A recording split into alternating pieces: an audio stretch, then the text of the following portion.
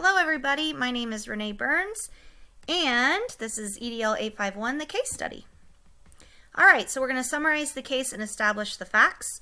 As a principal, I have allowed myself limited time for completing evaluations on my new staff members. I am pleased with the group of new hires, with the exception of Mrs. Stevens. She is intelligent and has background knowledge of her content. However, upon several observations, I noticed that her students are unmotivated, disengaged, and unresponsive to her teaching. While conferring with Mrs. Stevens, she appeared irritable, hostile to my subtle suggestions, and defensive.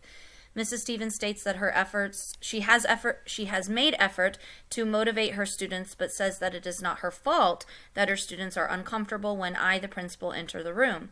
She also disagrees that student engagement does not correlate with achievement.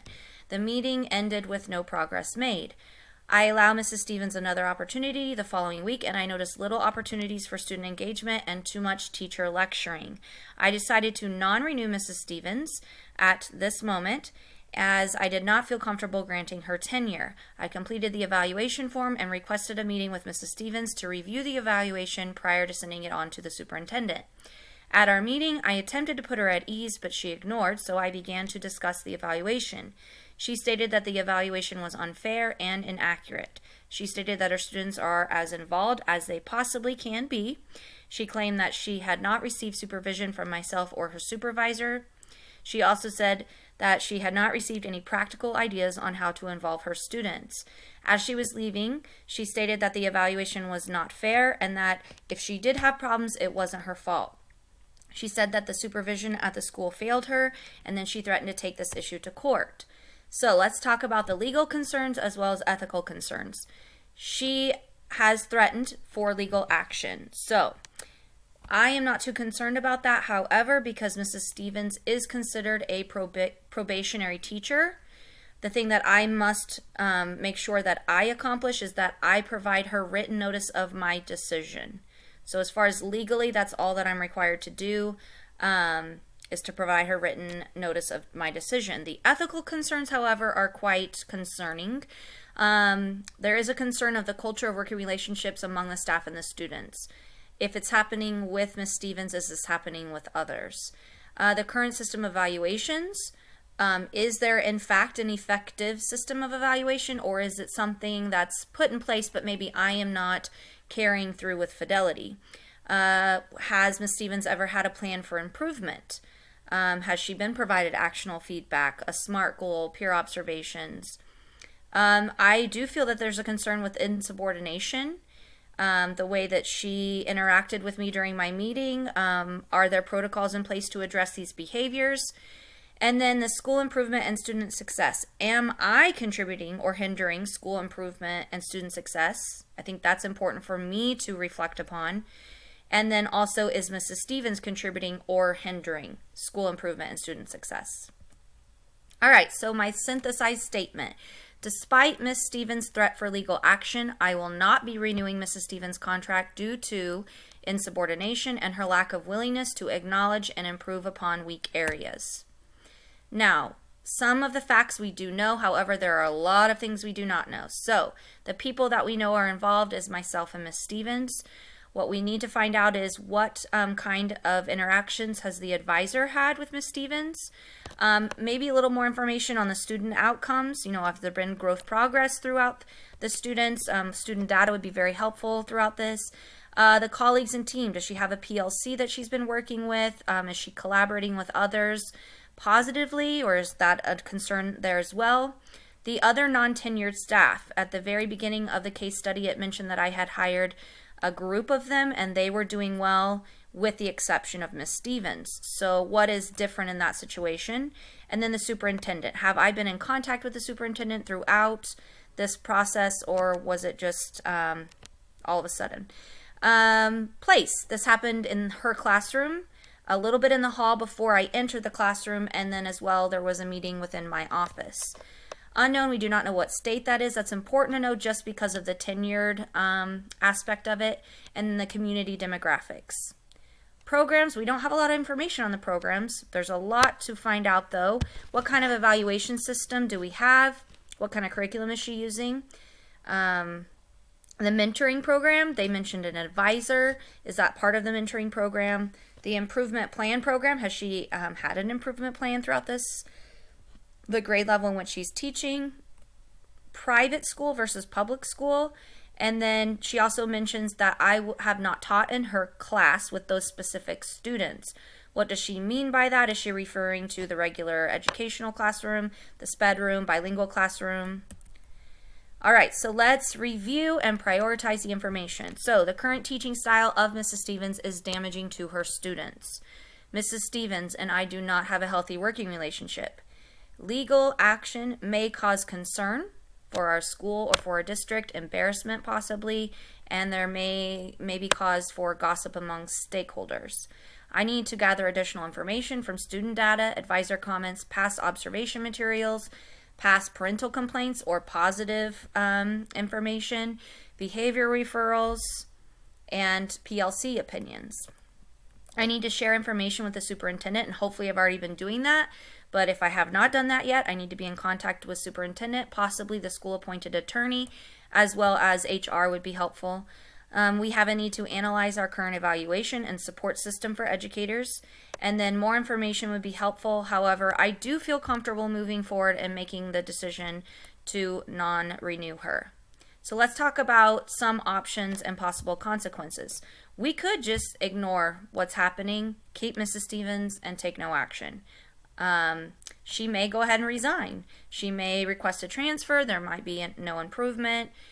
She may, though, in fact, cause lower morale throughout the rest of the school with her negative attitudes. The questionable for my position, I don't like that I've already made the decision and then going back and changing my mind. I feel like that would be cause for concern. My superintendent might, really think about my decision-making skills, and that's cause for concern, I think. Safety of staff and the students is a concern. Maybe not physical safety, but their emotional safety if she continues teaching. Higher behavior referrals. If they're off task, then that's kind of a cause for concern. There probably will be more behavior referrals, and then parental concerns. The next option would be very similar, to keep Mrs. Stevens, but try to add an improvement plan if there already was not one in place. She still may resign. She might transfer. There might not be any improvement, even with an improvement plan, because she has shown that she is not willing to really hear suggestions. Lower morale, questionable for my position again, changing my mind. Not a fan of that. Safety of staff and students, higher behavior referrals, parental concerns, and now that she is tenured, if I keep her on, it's going to be more difficult to release Mrs. Stevens if there's no improvements made. However, with the improvement plan, there might be some possible positive consequences. She may improve, and we might build stronger relationships between ourselves. That is a possibility. Okay, moving on to releasing Mrs. Stevens. I could go ahead and let her go, but I could ignore the fact that I had failed in any way and not make steps to improve the observations. If I chose to do this, Mrs. Stevens pursues legal action. That's quite possible. It might shed light on my failure, or what did I lack to do to support her. It might be cause for unrest among stakeholders. However, it will open a position for a better fit. Other teachers may struggle due to the lack of feedback. If I'm not making that improvement, there is a possibility that other teachers are in the same position that Mrs. Stevens was just in, and then the capacity for growth measures may not be there. The last option is to release Mrs. Stevens and reevaluate our mentorship and evaluation process. Mrs. Stevens still might pursue legal action. It still might shed light on my failure. It could as well cause unrest among our stakeholders. However, that may all be worth it if it is better for our students' well-being and our school well-being. It will open the position for a better fit. It might create stronger relationships among stakeholders. It might improve the systems for support. Stronger teachers make stronger students, which in fact builds a better school. So we're going to evaluate our options to keep or not to keep. Short term, if we were to keep Ms. Stevens, it's going to cause less ripples short term. We could ignore the fact that I may not have provided her what she needed. We could ignore the fact that her students are not engaged. That would be the easiest short term. Long term, however, I now must work very hard to repair the relationship between her and I. We're going to have to train her, train someone who does not want to be trained. We're going to have to deal with her behaviors. We're going to have to be vulnerable within our own positions because we did in fact change our mind. If we chose not to keep her, short term, there is going to be some unrest with our stakeholders. There might be embarrassment if she does pursue legal action. But long term, we will then have a responsive staff, a comprehensive evaluation system that is going to promote school improvement and student growth. So, what did I choose? I have chosen to non-renew Mrs. Stevens' contract, and I will begin the process of improving our evaluation and support of teachers. This decision promotes school improvement and student growth. I have visited Mrs. Stevens' class several times. Upon entering her class, the students are not engaged, and while in the classroom, I noticed students are not engaged. While discussing this with Mrs. Stevens, she argued, blamed, and refused to reflectively analyze her teaching. That is why I've chosen this. From Mrs. Stevens' perspective, she did not receive proper support throughout her time at my school. That may be true. I owe it to my staff and students to reflect upon our current system of providing feedback and observation. Is there a problem with our protocols and procedures, or is it perhaps an issue with my fidelity with our protocols and procedures? So, implementing decisions. I plan to gather evidence to support my decision regarding the non-renewal of Mrs. Stevens. This may include student growth data, behavior referrals, parental concerns, advisor comments, past observation data, comparison data of the other first-year teachers that I mentioned at the beginning of the case study, and communication details of our last meeting with Mrs. Stevens. I think it's important to document what was said in that meeting. I will present my decision to the superintendent and discuss any other steps that I should take. Perhaps I will speak to human resources for questions. I will also share my personal plans to improve myself. Showing that I am a reflective individual will allow my superintendent to know that I am aware that I could have done better. However, I think it's extremely important that I show that I am firm in the decision that I have made. I will attempt to meet with Mrs. Stevens and once again formally provide written notice of my decision and attempt to provide support that will help her finish her year. If Mrs. Stevens does not fulfill her remainder of the contract, we will assign a long-term substitute for that position. If there is a successful system in place for observations, I will familiarize myself with this system and make it a personal goal to follow it with fidelity. I will also review our advisory mentoring program and look for areas to be improved. If there are issues with the current system in place, I will form a team to begin the process of improving the system in place. I will spend considerable time reflecting on the situation and learning strategies for building relationships. I will research strategies for developing a school culture that is responsive to improvement and professional learning. I will practice giving actionable feedback. So in the future, I think it's extremely important to focus on building relationships.